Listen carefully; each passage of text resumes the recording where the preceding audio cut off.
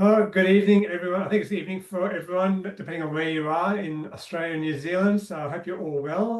Welcome to tonight's presentation seminar on inflammation.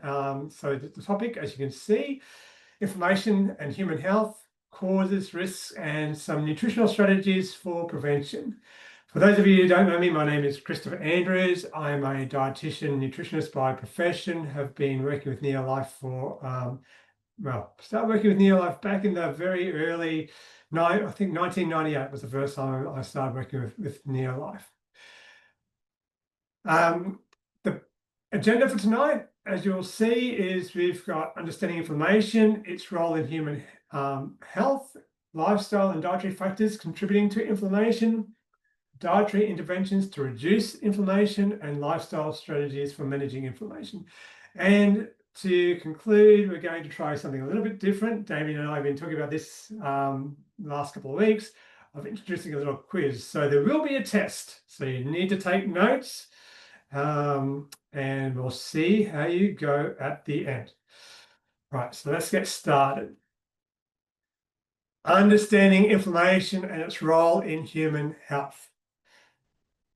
So inflammation is a fundamental biological response with both beneficial and harmful effects. And this section, we're going to cover off the different types of inflammation, what it means to your body, and what you can try and become aware of when it happens in people you know, and hopefully not in yourself.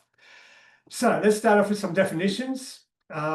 We can start off with very firstly, acute versus chronic. So acute inflammation is a rapid and short-term response to injury or infection that, and this is really important, protects the body from harm. So you do want to have this acute inflammatory response. So if you stub your toe, cut your finger, or you get a bacterial or a viral infection, you want an acute inflammatory response that will help deal with that challenge that your body is facing. Chronic inflammation is a more prolonged, often unnoticed underlying condition that may cause tissue damage and contribute to chronic degenerative diseases over time. Definitions, so some more definitions. So we've got localized and systemic. So localized inflammation affects a certain portion of the body. So again, if you cut your finger, you'll notice that it gets inflamed, it gets warm. You'll see it turn red. It may even start to throb as your body sets off a reaction of immune response to help deal with that challenge. So red blood cells go to that part of the body, especially your own white blood cells, to start the process of killing any foreign invaders, such as pathogens, bacteria, fungi, yeast, molds, for example, and then hopefully it will start to calm down over some time. Systemic inflammation engulfs multiple organs and possibly the entire whole body. So obviously you can see there's something quite significant going on. So localized inflammation is more due to an acute response, or it can be more related to an acute response, whereas systemic inflammation is probably more due to long-term chronic inflammation. So chronic inflammation is when your body won't let you turn off the switch. So you're trying to turn off the switch, for example, in this particular example, a light switch, and it just won't turn off. And that is what's happening. So some people often say they want to stimulate their immune system, but from a nutritional or even a health perspective, it's not such a good idea to stimulate the immune system if you can't turn down that immune system. Once it's done its job. So really what you want to do is have an immune system that can react accordingly, but without going over the top when the inflammation or the challenge has passed. Some signs and symptoms and the assessment. So inflammation signs, redness, swelling. Again, you'll see that more in the localized areas and with the acute response. But then when you get to your chronic inflammation, there's probably more systemic pain, gastrointestinal problems, constipation, diarrhea, just a feeling of uneasiness in the stomach and in intestines, skin rashes or eczema, and fatigue and general malaise. Symptoms aren't always a surefire way of telling if you're experiencing chronic inflammation. Your healthcare professional can actually run some tests to determine if you are suffering from inflammation. Two of these are what we call the ESR and also C-reactive protein. So ESR stands for erythrocyte sedimentation rate, and C-reactive protein is a type of protein. So that is formed by the liver in response to inflammation. So an ESR rate blood test checks for how fast blood cells actually settle back down to normal levels after the inflammation has transpired. The C-reactive protein is actually produced by the liver during inflammation, and if you've got high levels of C-reactive protein, that's normally an indication of some sort of chronic inflammation, autoimmune response. So impact of chronic inflammation on disease. So we've got cardiovascular disease risk. So with chronic inflammation, it contributes to the development and progression of cardiovascular diseases. Diabetes connection. So inflammation is a key factor increasing the risk of insulin resistance and type 2 diabetes. Cancer development. So prolonged inflammation can increase your risk for cancer initiation and tumor progression. Neurodegenerative diseases or disorders. So chronic inflammation is associated with increased risk of diseases such as Alzheimer's and Parkinson's disease. And of course, gastrointestinal diseases. So chronic inflammation is associated with increased risk of diseases like Crohn's disease and ulcerative colitis. In fact, we call these diseases inflammatory bowel diseases, IBD. Inflammation can, so this is coming from the American Journal of Preventive Cardiology.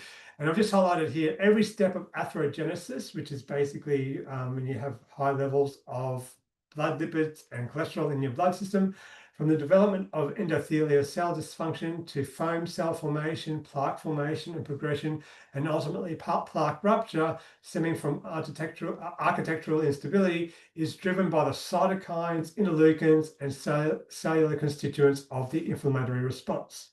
Here we are talking about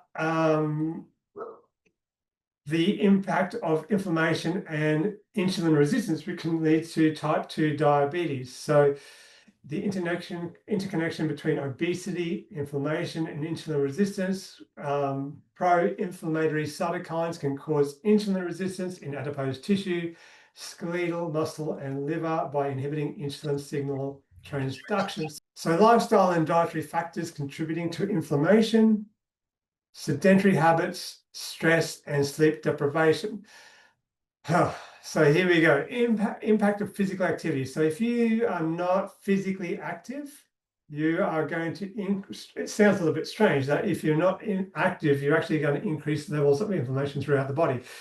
But you may remember I've spoken previously about a phytohormetic response or hormetic response, hormesis, which is basically your body keeping everything in check. And in hormesis, what you want is a little bit of stress or stimulus to help your body react appropriately, and then it will actually start to create resilience within the body. So being physically active actually helps stimulate the little bit of stress in your body, and that will then help reduce inflammation over the long term. So sedentary habits reduce physical fitness and increase inflammation, raising your risk for chronic diseases. Prolonged levels of chronic stress. So if you're stressed at work or have a stressful lifestyle, this can also increase inflammatory markers and negatively affects your immune function. I think most people realize this. And also if you are sleep deprived, chronically sleep deprived, poor quality sleep increases inflammation and impairs overall health and disease resistance. In fact, it's when you're fast asleep that your body does a lot of its repair and rebuilding and renewing of its cells. Dietary habits obviously play a major role. And as you can see by my little picture here, if you follow the standard Western diet, let's call it the standard Western diet. I often see it written as the standard American diet, but we're not in America. But the standard Western diet, a lot of processed foods, high in fat, high in processed foods, rich in fats, rich in fried foods, then you're at risk. So some of these include sugary beverages, and processed snack foods. So these, as you may can appreciate, High levels of sugar, especially simple sugars, can spike the blood glucose response, and that in itself can stimulate an inflammatory response through cytokines and metabolic dysfunction. Processed meats and red meats contain high levels of what we call advanced glycation end products, or AGEs or AGEs, and heme iron, and both of those can contribute to oxidative stress and inflammation. Fried foods, excessive amounts of oxidized and trans fats, and also AGEs. If you consume excessive alcohol, that can disrupt the gut barrier itself. But more importantly, the degradation of alcohol inflames the liver. High levels of dairy intake can also be problematic because of lactose. The breakdown of lactose can cause inflammation. Casein, which is the predominant protein found in dairy, can also have an inflammatory action on the body, and saturated fat can also manifest in systemic inflammation. So I've just put this next slide up to show some of the dietary contributors to oxidation and inflammation. So these are heterocyclic amines, or HCAs, polycyclic aromatic hydrocarbons, or PAHs, nitrosamines, AGEs, as I've already mentioned, and acrylamides. Now, a lot of these are associated with a high intake of red meats or processed meats, red and processed meats. Not all, but we'll go through some of these. So heterocyclic amines are formed when amino acids and sugars and creatine in muscle tissue react at high temperatures, so it can cause those issues. So the risks are mutagenic. It's linked to increased risk of cancers, including breast, colon, liver, and prostate cancers. Polycyclic or polycyclic aromatic hydrocarbons are created when fat juice drips onto hot surfaces or flames, producing that smoke that we often associate with barbecuing, and people smell and think, oh, that smells so good. Often that is not what you should definitely try and avoid smelling those PAHs. So they are associated with DNA damage and cancers such as leukemia and gastrointestinal tumors. Nitrosamines are formed from nitrates or nitrites in processed meats during cooking or digestion, and they're also carcinogenic, linked to stomach and colorectal cancers. The AGEs, which result from sugars reacting with proteins or fats during high heat cooking, we call this the Maillard reaction. So they promote oxidative stress, inflammation implicated in aging and chronic diseases like diabetes and cardiovascular disease. And acrylamides, they're more found in the starchy, carbohydrate-rich foods when they're cooked at really high temperatures without much moisture. So think of frying chips, for example, crisps. That's where you get your acrylamides from. So they're, again, a probable carcinogen and may damage hemoglobin and increase cancer risk. So dietary interventions to reduce inflammation. This is what we're all about. So identifying an anti-inflammatory diet. So an anti-inflammatory diet is one that is rich in whole, unprocessed foods. So rich in flavonoids and carotenoids, vitamins, minerals, and other antioxidant nutrients that can counter the inflammatory pathways and support cellular health. So they're predominantly plant-based, so focused on whole grains, legumes, vegetables, fruits, seeds, nuts, to provide a wide variety of phytonutrients. The wider the variety, the better. And they also tend to be very rich in fiber and low in fat.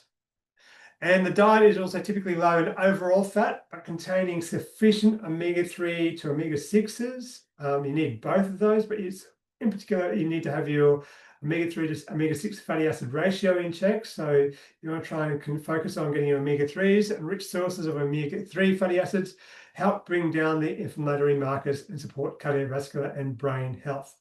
We'll talk about some of these sources in a moment. So flavonoids are abundant in the fruits and vegetables and teas, which are essential to parts of the healthy diet. I should also put chocolate in there as well. So especially dark cocoa or raw organic cocoa is also a very good source of the flavonoids. Flavonoids act as powerful antioxidants and neutralize harmful free radicals in the body. They also directly tone down the inflammatory response, lowering the risk of chronic disease. In fact, we're looking at studies on athletes when they take flavonoid-rich foods after they've exercised, and they can actually measure the amount of inflammation decreasing in the athletes. Again, rich in fiber. So these compounds help reduce inflammation, lowering the risk of chronic diseases. So some of the foods to really focus on, one thing as I was growing up was I was never really big on leafy greens, but when I became a dietitian, I realized just how important these foods are to a good diet. So if there's one thing a person can do, one action a person can take away to improve their diet, it is always to eat more leafy greens throughout the day. So leafy greens are rich in flavonoids and carotenoids, so they're a double whammy there when it comes to those phytonutrients, vitamins and minerals and other antioxidant nutrients that help counter the inflammatory pathways, and of course supporting cellular health. And again, when it comes to leafy greens, the wider the variety, the better. So we're talking about your spinach, your broccoli, cruciferous vegetables, cabbage, for example. So salads, vegetables, you name it. One thing I try and do every day is I actually make up I think it's called a frappe. So I just have a little garden bed out the back, and I have my leafy greens growing in there. I go and harvest them every day. I throw them into a blender with some citrus fruit and some kiwi fruit, some blueberries, blend it up, and I consume that as a food source every single day. It's just a really convenient and easy way for me to get a good intake of those leafy greens into my diet. Fatty fish and leafy greens and seeds are a very good source of omega-3 fats. Now, fatty fish, when you think of omega-3s, people often think of fatty fish, which is, very true, of course.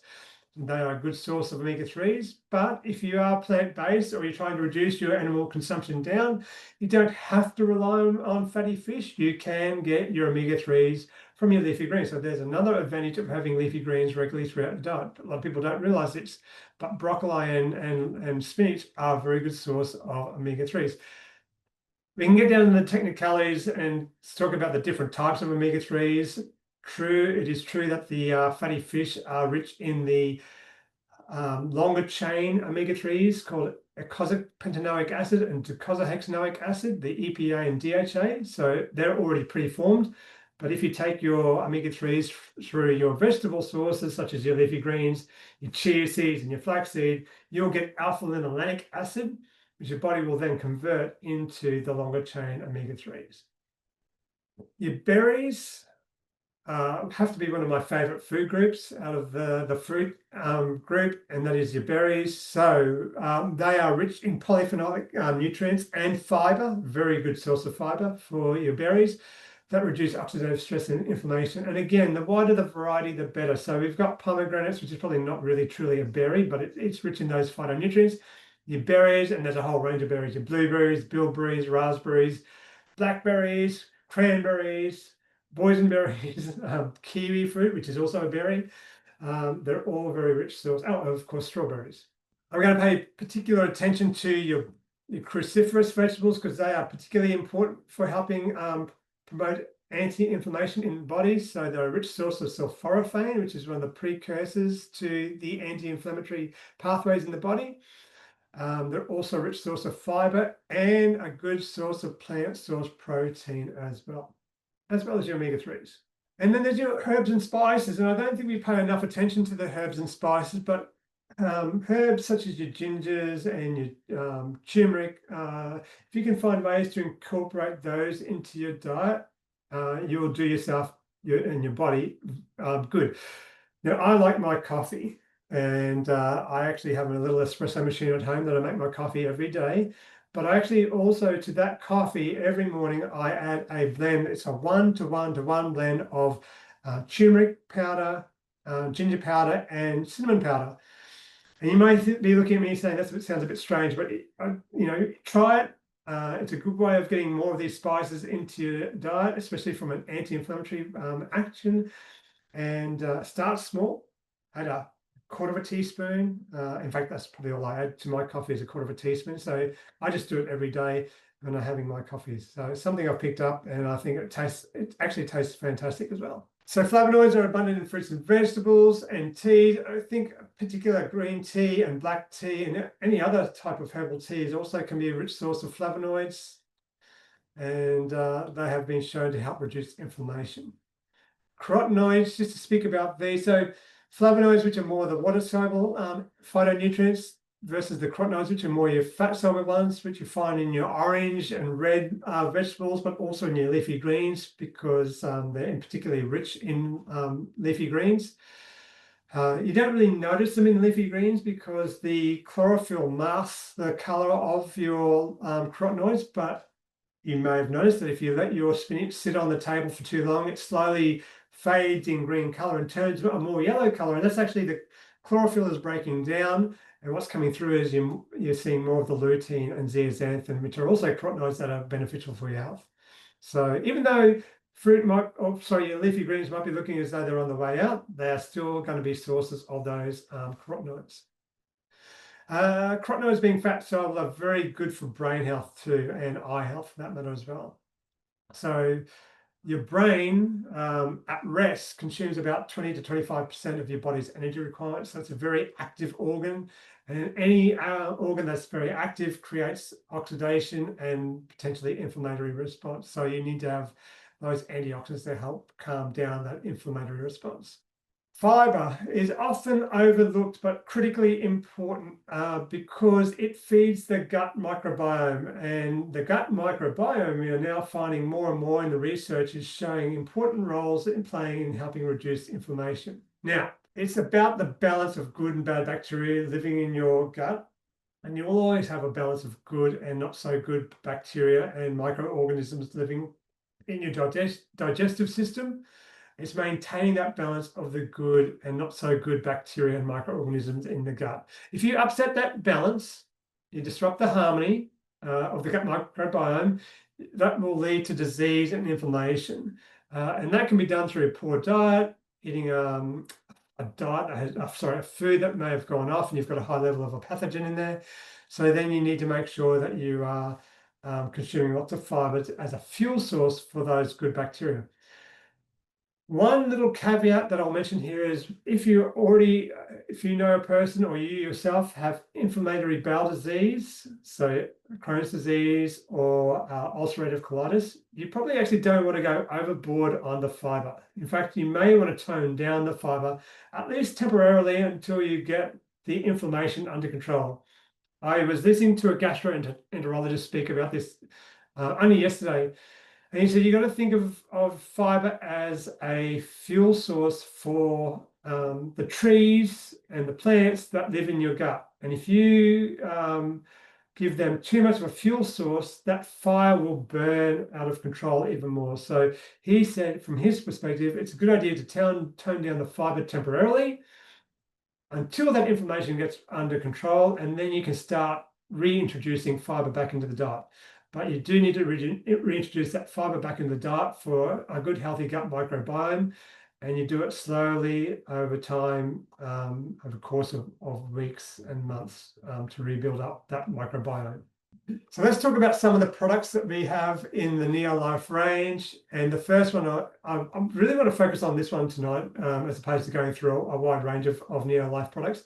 But Tray is, I think, from my perspective, one of the key products to be considering for controlling inflammation.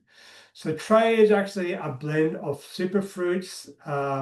In particular, I'll go through these: so pomegranate, acai berry, and green tea. So we have pomegranate, acai berry, green tea is the predominant superfruits in this blend, and then we have a proprietary blend of berries. So your blueberry, blackcurrant, cranberry, elderberry, red grape, bilberry, and white grape. I don't think it's really important to go down as to why each of those foods are considered. For me, it's a synergistic, holistic approach that they all have a role to play. They all play slightly different roles in human health and nutrition. But when you can consume a variety of these foods together, that's when you're going to maximize the benefits. And also added to the tray formulation is resveratrol, which is a nutrient that I think most people, or a lot of people, may have heard is found in red wine. It's actually found in grapes, especially the grape skin that you can consume. So it's not just red wine that you'll find resveratrol, it's in the grape skin, and it's a really important compound that has an anti-inflammatory effect. And alpha lipoic acid, which is a very powerful water and fat soluble antioxidant. Now that's really quite critical because there is no other nutrient antioxidant that is both water and fat soluble. They're either water soluble or fat soluble, except for alpha lipoic acid, which actually can traverse both water and fat soluble environments. And importantly, vitamin C, vitamin E, and alpha lipoic acid, they work as like a little network, and they help regenerate each other. And of course, with Tray, it's naturally sweetened with agave, which is low in the glycemic response. Other products to consider, and definitely each of these products are going to be of benefit: vitamin E, vitamin C, especially with your alpha lipoic acid that you find in Tray. Salmon oil is a very good source of the omega-3s, especially the EPA and DHA in the preform that your body really does benefit from. Flavonoid complex and acidophilus plus. Just on a flavonoid complex, and I mentioned fiber before about how if you're suffering from an inflammatory bowel condition, you may want to tone down your fiber intake. And of course, fruit and veggies are a very good source of fiber. So sort of perhaps counterintuitively, I see flavonoid complexes being critically important, because if you do need to reduce your fruit and vegetable intake to try and reduce your fiber intake, then flavonoid complex, which is not a source of fiber, it's a source of the flavonoids themselves, will be of critical importance. So just, I think that's worth keeping in mind. And of course, all natural fiber could be beneficial for people to start rebuilding their gut biome, microbiome, after their inflammation has settled down. So some lifestyle strategies for managing inflammation. So physical activity, I mentioned this sedentary lifestyle earlier on, is a risk factor for inflammation and chronic disease. So counter to that is physical activity and regular physical activity. And it's, again, counterintuitively, you're thinking you're breathing hard, you're maybe perspiring or breathing heavily, then that will increase stress on your body. But that actually helps your body deal with the stress even more effectively than if you didn't have that stress. So regular physical activity lowers overall systemic inflammation and promotes a stronger immune system for overall health. I don't really like to use the phrase exercise because people think of having to do something structured. It's physical activity, so walking the dog, going out in the garden, getting outside. I work from home during the week, so for me it's just getting out regular intervals throughout the day and getting outside and just going for a walk around the block. Of course, the other benefit of physical activity is it helps maintain a healthy or lean body weight. And one thing I haven't really spoken about too much is that if you're carrying too much body fat on your body, that can actually also increase your risk for inflammation. So exercise will have an important role to play in maintaining a healthy body mass index. Stress management and quality sleep is critical. So stress reduction techniques, this depends on whatever you want to do. It could be listening to music, it could be yoga classes, mixing with friends, something that will help you reduce stress that you will find effective for yourself. But most important, I think, or critically important, is the importance of quality sleep. And this is becoming more and more, I think the research on sleep deprivation and the effects it has on the body is just becoming more and more profound in the medical literature at the moment. So at least 7 to 8 hours of sleep on a daily basis is important for maintaining a healthy body and reducing inflammation in the body. All right. So this is the news section. This is a little time for some quiz to see how how well you may have been listening in this what I've been talking about so far. Question 1. What are the 4 types of inflammation? So you may have heard me talk about this before. We have got answer A, which is sharp, moderate, painful inflammation, lymphatic inflammation. Could be it. B is hot inflammation, lukewarm inflammation, intense inflammation, and then, of course, you extinguish the inflammation. Or is it answer C, acute, chronic, localized, and systemic? Or is it answer D, cerebral inflammation, cardiovascular inflammation, hepatic inflammation, and nephrotic inflammation? So have a go at answering those. And then let's go to question 2. What are the key lifestyle habits to reduce inflammation? Drink wine, eat chocolate, but focus on work. That might be it. Answer B, physical activity, manage stress, adequate sleep. That could be it. Answer C, hot showers, ice baths, and listen to podcasts. Help you relax. Or is it answer D, smoke, eat a diet rich in fruits and vegetables, and watch TV? That could be it, or at least some of those could be it in part D, but don't like the idea of smoking as a way of reducing inflammation. Question 3. What are some key dietary habits to promote inflammation? So, first one is, now, read that question very carefully, please, because it is a bit of a trick question. What are some of the key dietary habits to promote inflammation? Answer A is eat a low-fat, plant-based diet. Answer B is focus on a flavonoid-rich fruits and vegetables. Could be answer C, eat lots of fried, fatty, and energy-dense processed foods. Or is it answer D, eat green leafy vegetables every single day? So, which one of those promotes inflammation? And then question 4. We've got 5 of these questions too. I probably should have pointed that out. So 2 to go. Question 4. What are some symptoms of inflammation? So we have got skin redness, swelling, fatigue, or upset gastrointestinal system. Answer B is chills, venous veins, rapid breathing. Answer C is hair loss, sensitivity to light and sound, and hunger. Or is it answer D, irritability, loss of taste, and anxiousness? So what are the symptoms of inflammation out of that list there? All right, and then question 5. If you were to take one near-life product for inflammation, what would you take? And now this one's a bit of a gimme because to me, there's no incorrect answer. Every answer is correct. But I'd just like to see which one do you think is the most important from a nutrition perspective? All right, I'm just going to go back and give you the answers on these. So what are the 4 types of inflammation? Well, if you answered C, acute, chronic, localized, and systemic, you're on the money. Question 2, what are the lifestyle habits to reduce inflammation? If you answered B, physical activity, manage stress, and get adequate sleep, again, kudos to you. You know what you're talking about. Question 3, what are some key dietary habits to promote inflammation? Well, the answer there is answer C, which is eating a lot of fried, fatty, and energy-dense processed foods.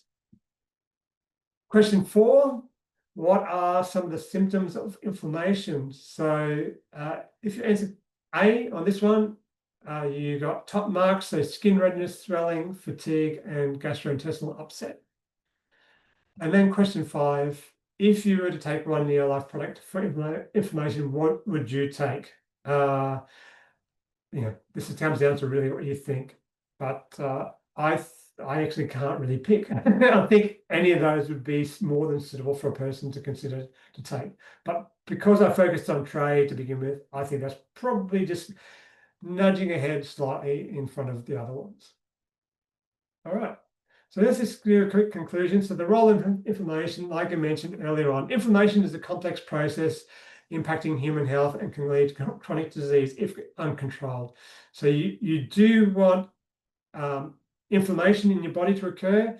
Mostly you want it to be acute, so short, sharp acting to deal with a challenge that your body may be facing, but then quickly after that challenge has been succumbed, it will the inflammation in your body will start to settle down back to normal levels again. Chronic inflammation is not good because it's more a low level of inflammation. You don't really notice it as much, or maybe you will get some moderate pain or malaise or feeling fatigued, but over the long term, it does its damage. It slowly chips away at your body to a point where it can cause disease and illness.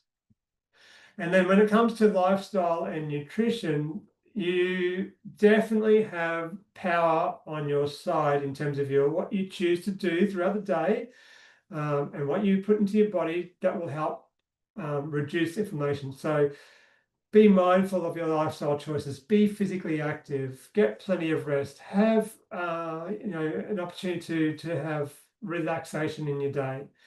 And when it comes to nutrition, think of plants, focus on your plants, your whole food, plant-based nutrition. So plenty of fruits and vegetables, whole grains, legumes, nuts and seeds, and then look for your omega-3 fatty acid sources such as your green leafy vegetables, your chia seeds, your flax seeds, or your fatty fish such as your salmon, or go for a nutritional supplement, which in my opinion would be a better option because you will get a high dose of the desired omega-3s, EPA and DHA. And that concludes the presentation, ladies and gentlemen. I hope you enjoyed that. I hope you got something out. I hope you got 5 out of 5 for your questions. I know you would have at least got one of those right. And until next time, it's been a pleasure, and look after yourself, control your inflammation, get outside, get active, and eat a healthy diet. And we'll speak to you again next time. Thanks, everyone.